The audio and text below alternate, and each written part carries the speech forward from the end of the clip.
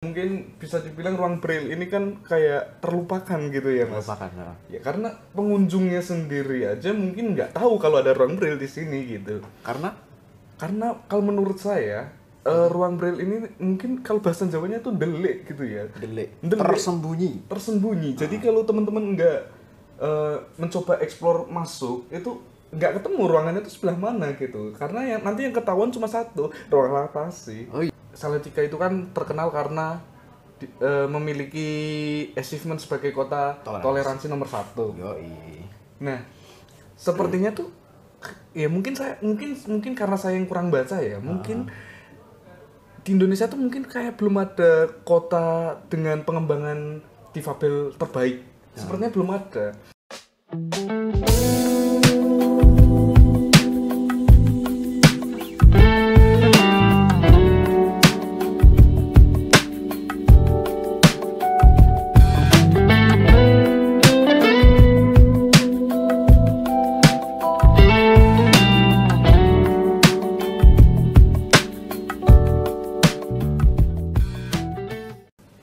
Assalamualaikum warahmatullahi wabarakatuh. Selamat hari ini teman-teman pendengar kehidupan. Bersama saya Aditya Pratama Masyuri kembali menemani hari-hari Anda masih di suasana PPL di Dinas Perpustakaan dan Kearsipan Daerah Kota Salatiga, dan kali ini bersama Mas Kikih Prayogo. Halo bro. Halo. Selamat hari ini. Sehat ya? Alhamdulillah sehat. Sehat.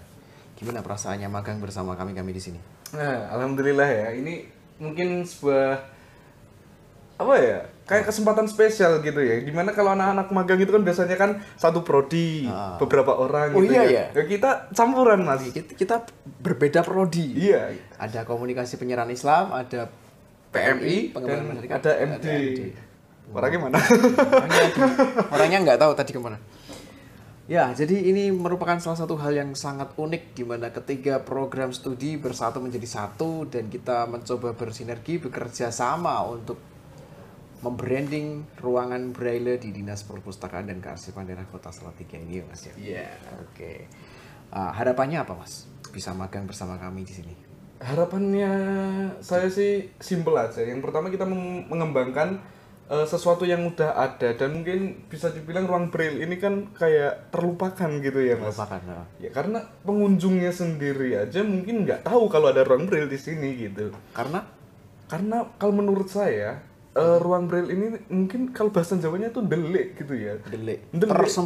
tersembunyi. Jadi kalau teman-teman nggak mencoba explore masuk itu nggak ketemu ruangannya itu sebelah mana gitu. Karena yang nanti yang ketahuan cuma satu, ruang laktasi. Oh iya. Iya, karena tulisannya itu cuma ruang laktasi. Ya, kita berharap nanti kita akan mengajukan untuk memberikan tambahan ruang laktasi dan ruang difabel, sehingga teman-teman tahu seperti apa ruang difabel. Dan kita nanti kedepannya akan merencanakan, kita akan membuat sebuah tutorial di mana kalau misalnya ada teman-teman normal yang ingin mencoba belajar braille, kita nanti ada tutorialnya. Nanti teman-teman bisa mempelajarinya sendiri di ruang braille ini khususnya. Yo, emang gitu yo. Jadi kemarin saya mencoba mempromokan ke teman-teman ya. Aku magang di Dinas Perpustakaan dan Kearsipan Daerah. Orang bilang Perpusda gitu. Oh iya, di bagian apa? Ruangan braille loh. Ruangan braille ada tuh. Ruangan braille itu yang mana? Iya gitu, beneran. Jadi, oh iya, berarti emang belum terkenal. Memang perlu disosialisasikan gitu. Ya. Dan satu hal dari yang saya ketahui ya, kayaknya tuh Perpusda Salatiga ini adalah perpustakaan spesial. Yoi. Karena memiliki ruang braille. Makanya juara nasional terus ya. Apalagi perpustakaannya sekarang sudah terintegrasi dengan Perpusnas. Jadi buku-bukunya bisa diakses dari rumah secara online gitu ya. Betul. Luar biasa. Kemudian nih Mas Kikih Prayogo alias Mas Gio. Sebelumnya nih, sebelum kenal sama saya, sama Mas Zaki, sama Mas Wawan gitu. Iya. Pernah nggak berkenalan atau bersinggungan dengan kaum difabel gitu? Mungkin kalau difabel secara yang kita tahu ya, seperti tunanetra, tunarungu, tunawicara, tunadaksa, tunawisma. Itu bukan difabel, Mas. Bukan. Mungkin sebelumnya belum pernah. Cuma om saya itu almarhum, itu memiliki kekurangan yaitu di saraf. Jadi cara dia berpikir itu masih seperti anak kecil dan lambat. Dan maksudnya di Graita itu ya. Ya saya nggak tahu ya. Dan itu gampang emosi gitu. Ya, saya juga minta Al-Fatihahnya buat om saya untuk semua teman-teman yang menonton. Ya, Al-Fatihah. Amin. Terus bagi saya ya Mas, ini mungkin agak sedikit curhat ya Mas. Saya tuh karena dulu tuh saya tuh sering berinteraksi dengan orang-orang normal dan kebetulan di kampus itu ada dua sosok makhluk yang Wah. mungkin memiliki kelebihan tersendiri. Astral apa? Ya nggak astral juga. Jadi saya mencoba untuk membuka cakrawala baru untuk berkenalan. Seperti apa sih berteman dengan mereka? Apa sih sesuatu yang mungkin kita sendiri tuh tidak pernah merasakan gitu loh. Seperti apa gitu pengalaman-pengalaman mereka itu kan sebuah cerita baru, cerita unik gitu. Kalau di teman-teman normal ya paling gitu-gitu aja sih kan. Kalau orang-orang spesial ini kan pasti memiliki cerita yang berbeda gitu kan. Iya. Nah, saya mulai menanyakan hal-hal konyol yang mungkin bisa dibilang dark jokes atau mungkin sara gitu ya, teman-teman.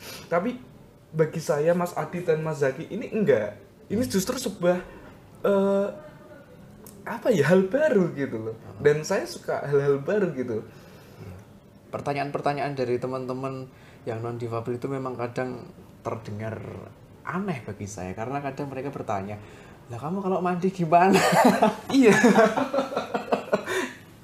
Kamu kalau mandi gimana? Ya mandi, ya tinggal mandi gitu. Tapi ya namanya nggak tahu. Iya. Karena memang stigma masyarakat itu berpikir bahwasanya difabel, apalagi tunanetra itu ya kamu nggak bisa apa-apa. Bahkan untuk mandi sendiri pun sulit gitu. Banyak yang berpikiran seperti itu. Tapi ketika sudah dilatih dari kecil gitu, orang yang memiliki keterbatasan fisik atau kebutuhan khusus ini akan bisa melakukan segala aktivitasnya itu sendiri. Seperti Mas Wawan itu kan contoh-contoh yang luar biasa. Melakukan aktivitasnya sendiri, mengupas kelapa sendiri gitu. Bahkan bisa masak loh. Bahkan bisa masak dan masakannya itu enak. Enak. Belum tentu yang non difabel itu bisa melakukan masakan yang seenak itu gitu. Penasaran ya. Kalau Mas Gigi sendiri awal ketemu saya itu memang ceritanya cukup unik ya. Jadi, ketika itu saya mau masuk kelas, tapi kan biasa nunggu teman di lobi gitu, di lobi kampus. Kemudian saya rasakan ada sesosok makhluk yang duduk di sebelah saya. Waktu itu di sebelah kiri, ini di sebelah kanan, dulu di sebelah kiri. Kemudian karena waktu itu tuh saya kebelet pipis ya teman-teman. Jadi saya katakan ke masnya ini, sebenarnya masnya ini yang nyapa dulu. Boleh kenalan? Oh iya boleh. Saya Aditya. Oh saya Gigi Prayogo tapi biasa dipanggil Gio. Oke gitu. Dan saya berpikir waktu itu, bisa nggak ya ini orang saya minta tolong untuk mengantar saya ke kamar mandi. Dan saya karena memang sudah nggak tahan lagi saya bilang, Mas minta tolong saya diantar ke kamar mandi. Dan dia itu nggak nanya loh kok minta diantar apa gimana, dan langsung mengiyakan gitu loh.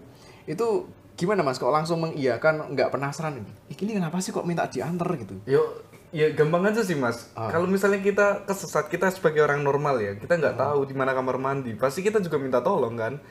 Dan pasti kita sebagai orang yang minta tolong kan pasti maunya segera. Nah itu sama. Dan ketika, seperti Mas Adit waktu minta tolong, pasti ini juga pinginnya segera kan. Ya udah tolong aja dulu. Nanti setelah kencing selesai kan nanti kan kita bisa ngobrol. Iya sih. Nah daripada kita ngobrol sambil nahan kencing kan nanti tahu-tahu iya. ngompol. Oh iya, dan saya waktu itu kan jalan sambil pegang pundaknya. Itu perasaannya gimana? Kok pegang pundakku? Ini kenapa gitu? Oh, tapi setelah itu kemudian dia bertanya, Mas, minus ya? Dan saya kaget gitu. Loh kok ditanya minus gitu? Enggak Mas, saya blind gitu. Soalnya gini teman-teman, dari pengalaman keluarga saya gitu ya. Jadi ibu saya itu memiliki minus yang sangat tinggi, bahkan alat cek minus yang komputer itu sampai tidak mendeteksi. Nah, saya pikir Mas Adit itu dulunya juga seperti itu gitu kan. Ternyata total gitu.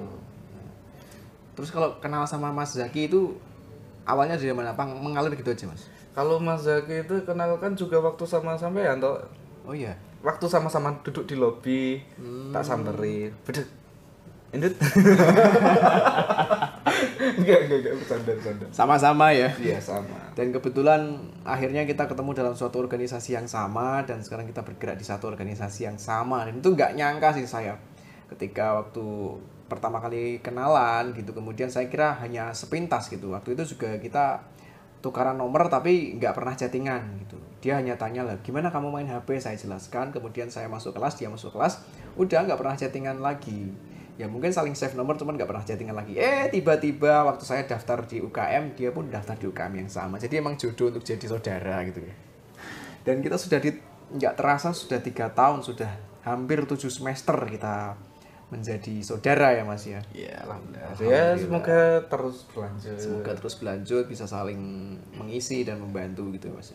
Kemudian kalau dari Mas Gigi sendiri nih, harapan Mas Gigi kepada Dinas Perpustakaan dan Kearsipan Daerah dan juga Kota Salatiga gitu, khususnya untuk teman-teman disabilitas sendiri apa Mas kira-kira? Setelah Mas Gigi ini berkecimpung sekian lama dengan teman-teman disabilitas, dan kemarin juga sempat saya ajak untuk mengikuti pertemuan Ikatan Tunanetra Muslim Indonesia. Iya.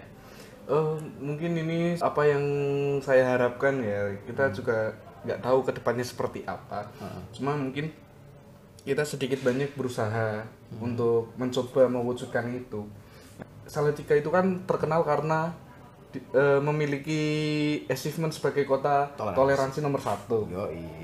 Nah, sepertinya tuh ya mungkin karena saya yang kurang baca ya, mungkin di Indonesia tuh mungkin kayak belum ada kota dengan pengembangan difabel terbaik. Sepertinya belum ada. Nah, saya lihat kok acara-acara mohon maaf, mungkin acara-acara kaum difabel itu banyak dilakukan di perpustakaan dan kearsipan ini di Salatiga. Seperti waktu itu ada Lokakarya. Saya pikir tunanetra saja gitu kan. Ternyata ada banyak. Ada tunarungu, ada tunadaksa dan lain-lainnya. Oh, berarti ini Perpusda ini bisa menjadi wadah untuk pengembangan mereka. Dan mungkin untuk sekarang kita belum bisa. Perpusda belum bisa mungkin, tapi saya harap ke depannya teman-teman difabel baik itu muslim ataupun tidak, karena kita juga kota toleransi gitu kan. Merangkul semua gitu. Merangkul semua. Kita berharap kaum difabel itu bisa terberdayakan dan dikembangkan di Perpusda ini. Mohon maaf, mungkin kalau cuma di sekolah, ya karena saya juga tidak tahu ya Mas. Di sekolah mungkin hanya pelajaran, ya eskul gitu aja. Apa gitu loh. Nanti kalau udah lulus kan pasti juga mikir, aku mau ngapain? Iya. Kan pasti banyak yang seperti itu. Nah, saya harap dengan adanya wadah di Perpusda ini, orang tua akan memberikan kepercayaan bahwa anaknya akan berkembang di sini. Karena banyak juga loh Mas, penyandang-penyandang difabel itu yang kehilangan semangat hidup karena keterbatasan dari orang tuanya. Terlalu dikekang. Iya, terlalu dikekang. Nah, kalau misalnya mungkin cuma di Perpusda kan orang tua mikir kan, oh deket, banyak temen gitu kan, banyak kenalan, ya nggak apa-apa gitu. Seperti itu Mas. Iya, dan benar memang di sekolahan itu lingkupnya juga terlalu kecil, karena saya itu cerita sedikit waktu sekolah dari TK sampai SMA itu mulai dari kelas 5 SD, karena saya TK sampai kelas 4 itu masih ada temennya. Kelas 5 SD sampai kelas 3 SMA saya di SLB itu selalu ranking 1 dari depan maupun belakang gitu. Karena siswanya cuma 1, jadi 1 ya udah ranking 1 dari depan dan belakang itu saya gitu. Jadi memang lingkungannya ya terlalu kecil, dan kemudian ketemunya setiap hari ya orangnya itu aja. Jadi ketika kita bertemu dengan orang yang sangat ramai dan banyak, itu memang awalnya kaget gitu. Tapi mau nggak mau kita harus melawan rasa itu, karena ketika saya kuliah pertama kali masuk kelas itu ketemu dengan orang-orang yang satu kelas ada 35 orang, gila, dan saya duduk di depan sendiri. Wah, itu rasanya speechless Mas. Tapi ya lama-lama ya biasa gitu, karena memang butuh penyesuaian, dan juga alhamdulillah orang tua, keluarga itu support. Jadi memang benar yang dikatakan Mas Gigi, support dari keluarga dan orang tua itu sangat-sangat penting gitu. Kemudian saya pengen dengar pesan Mas Gigi untuk teman-teman yang non difabel dalam menerima teman-teman yang difabel, itu kira-kira seperti apa Mas? Jak ngopi bareng. Cocok. Udah itu aja sih. Jak ngopi bareng, karena di situ nanti akan terjalin kehangatan. Gitu ya. Jadi jangan sungkan ya. Jangan sungkan. Karena teman-teman difabel juga manusia yang bisa diajak berkomunikasi apapun keadaannya gitu. Ngopi. Siap. Terima kasih Mas Gigi selalu menemani teman-teman pendekar kehidupan. Semoga sehat selalu dan kita semakin bisa untuk mengembangkan difabel khususnya di Kota Salatiga, dan juga terus mengembangkan channel pendekar kehidupan agar nantinya selalu bisa menjadi inspirasi, motivasi, dan juga hiburan bagi teman-teman semuanya. Terima kasih. Sehat selalu Mas Kiki. Yoi. Cukup sekian dari saya. Mohon maaf jika ada kesalahan di sana sini. Salam satu tekad sukses. Wassalamualaikum warahmatullahi wabarakatuh. Waalaikumsalam.